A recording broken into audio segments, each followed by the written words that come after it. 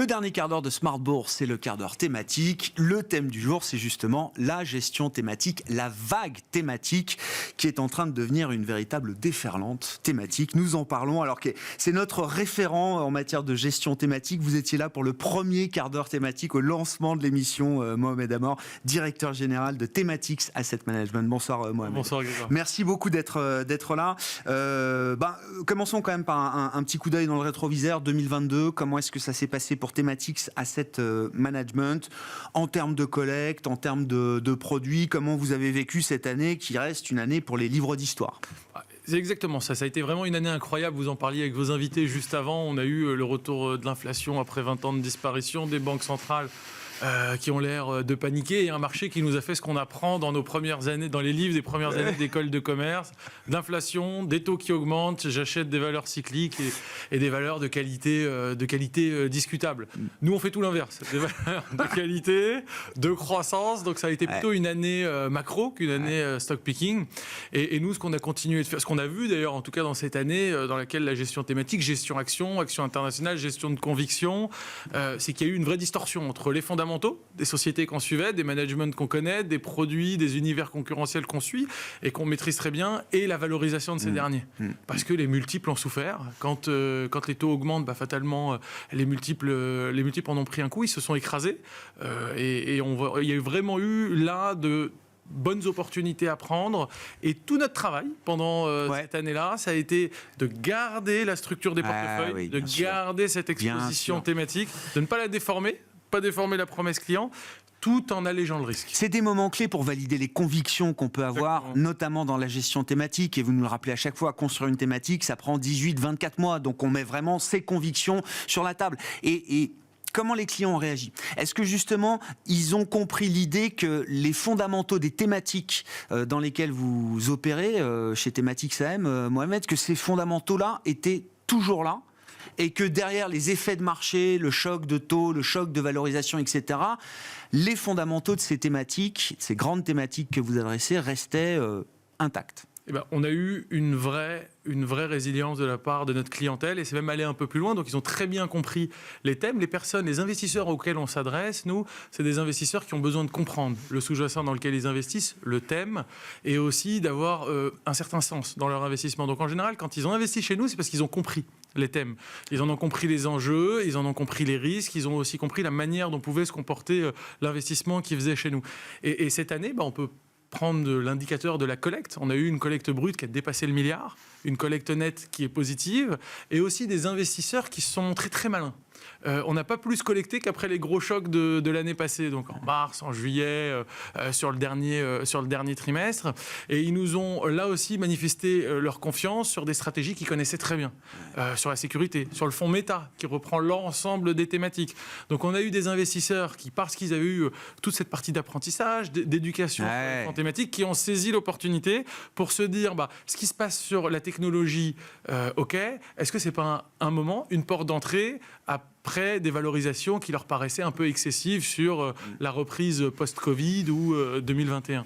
Donc ils ont plutôt vu des opportunités quand le marché ou quand les thématiques pouvaient marquer des points bas. Ça a été plutôt des points d'entrée. Ça a été beaucoup de temps qu'on a passé avec eux. Mais ça a été beaucoup de temps pour leur expliquer. Alors nous, les fondamentaux qu'on voit, ils sont excellents. Le management est bon, le produit est bon, l'univers concurrentiel est excellent. Le risque de trading, le risque ESG, parce qu'on apporte beaucoup d'intérêt à toute la responsabilité qu'on embarque dans nos actes de gestion.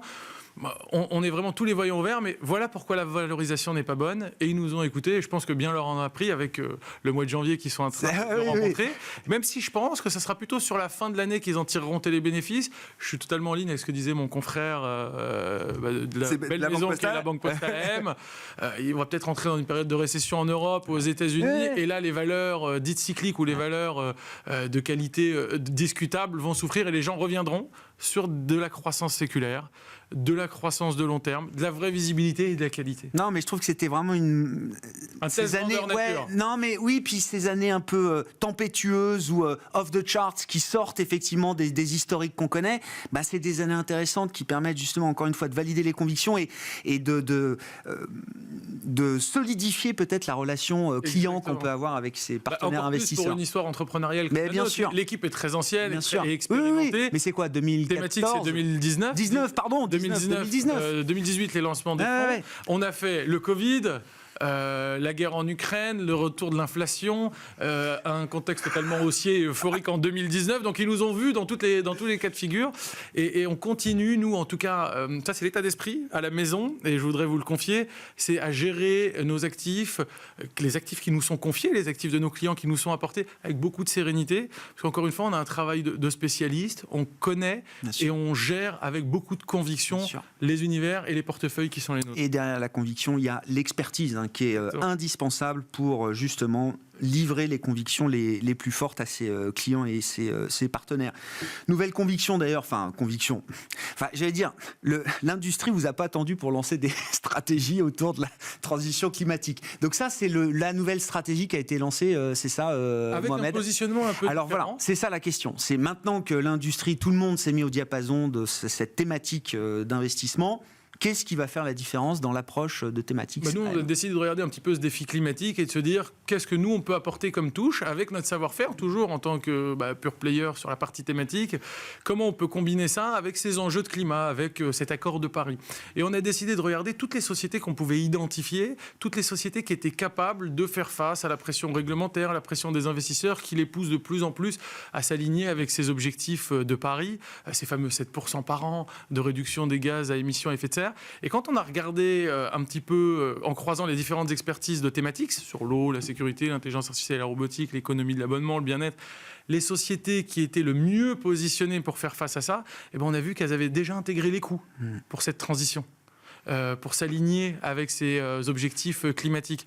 Donc ils avaient déjà des plans. En comparaison à leurs comparables,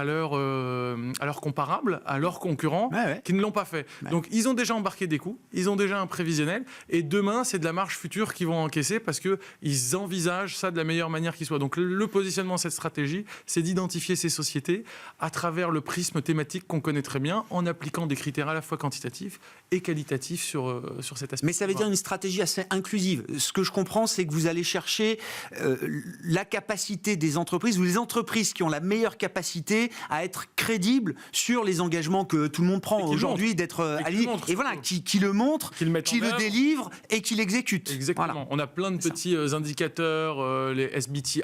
Bien sûr. Je pourrais les détailler, etc. Non, mais je veux dire, vous interdisez pas d'investir dans tel ou tel secteur parce que les scores carbone sont pas bons aujourd'hui. Encore une fois, une approche loin de l'approche traditionnelle, une approche qui vient transcender tout ce qui est géographique, capitalistique ou sectoriel.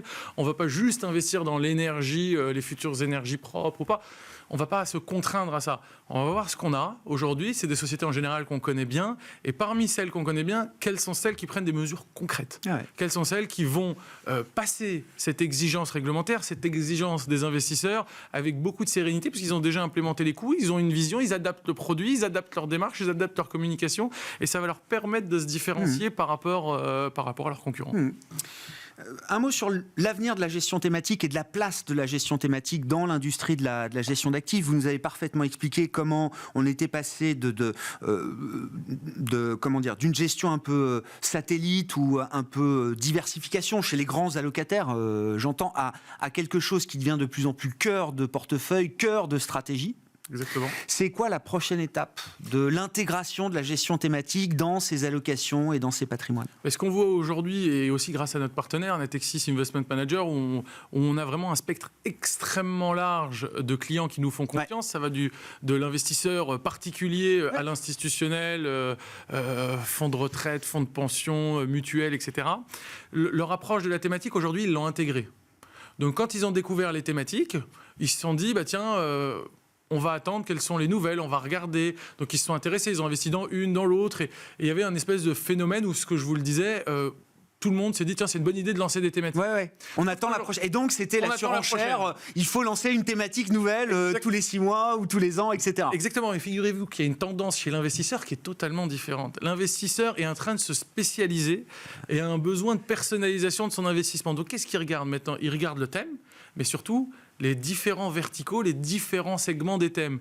Et il va plutôt nous dire, construisez-moi une stratégie qui puisse adresser le segment, par exemple, du paiement en ligne, mais qui puisse être combiné à un vertical d'une autre stratégie. Pourquoi ? Parce que ça correspond à un profil de risque auquel il veut s'exposer.